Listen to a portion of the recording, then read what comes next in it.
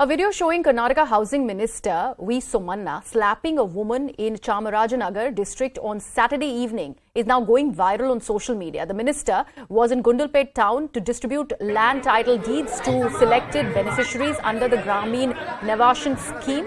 When a woman came forward to express her problems in an alleged high pitch, the minister, who allegedly got irked by her behavior, slapped her. We are showing those very visuals to you on your screens. Shocking behavior from Karnataka that is coming to light. This is the Housing Minister v.somanna slapping a woman in Chamrajanagar district. Case of high-handedness, what is it that the minister was really thinking? Why such a behavior? All those questions, of course, come to light. But how can he go about and do something like this? This is absolutely shocking. All this is coming out of the state of Karnataka. This is the Housing Minister v.somanna that we are talking about. My colleague Ritu is now joining us on the broadcast. Ritu, nothing explains this behavior. However, now that the minister is on camera, has he come out with any sort of explanation or a sorry? Well, you see, every time after this kind of incidents come into the light and the videos go viral, of course, there will always be this damage control. So therein, this is now we again have seen how there's a damage control that has been made from the Housing Minister v.somanna, where he says that he in fact allegedly tried stopping this woman from falling to his feet. So that's where, by miss it went on in a way. But of course, that's the damage control that the minister is doing. But yes, it's an unfortunate incident, and the video that we're getting to see that ministers or the officials, the bureaucracy, in fact, will never learn from their previous mistakes, and in fact, who even gives them a right to slap anyone for that matter, that we're getting to see this one incident taken place in Chamrajanagar district yesterday in the evening. All right. Ritu, thank you so much. Let me take this across to Mr. Sankara Guha of the Congress Party, who's now joining me on the broadcast. Mr. Guha, like I was mentioning, nothing really explains this kind of behavior, but what is this kind of high-handedness that the ministers are really showing, not just in the state of Karnataka? We're talking about these incidents which are not fragmented ones. We see similar incidents that keep happening. However, do you think there can be an explanation to something as shocking as this? No explanation, or there can be no justification. People who are supposed to work, leaders who are supposed to work for the people, have taken the same people for granted. There is so much of power and high-headedness that has gone into the BJP's ruling dispensation that they think they are all invincible. They forget that every 5 years there is going to be elections, and they are answerable to people. The entire state is watching, and in Karnataka, this is not the first incident.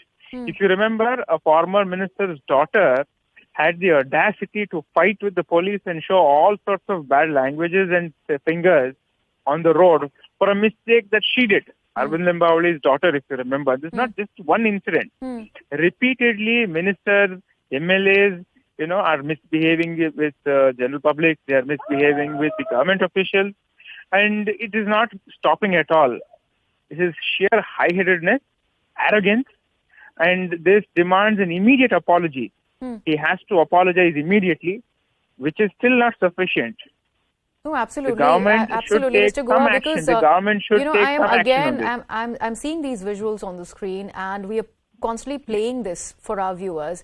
This really speaks about how this minister is, full of power, and he is reeking of arrogance, and he goes on to slap the lady, and then also the heckling doesn't stop by the people who are surrounding the minister. And here we're talking about a woman in question, and probably she has reached the minister to obviously get him to address her concern, and this is the kind of treatment that she actually gets. This is shocking. If you recollect another similar incident a few months ago, where MLA had kicked another lady at the doorsteps of the inspection bungalow. So this is a culture that they have learned and they are following. It is simply not possible to pardon them or excuse them. The least he could do, is ask for an apology. Mr. Guha, the fact that we're talking about Mr. v.somanna over here, do you think he needs to actually come out and at least apologize, or probably the government in the state, the Basavaraj Bommai government, needs to actually put out a statement, if not less?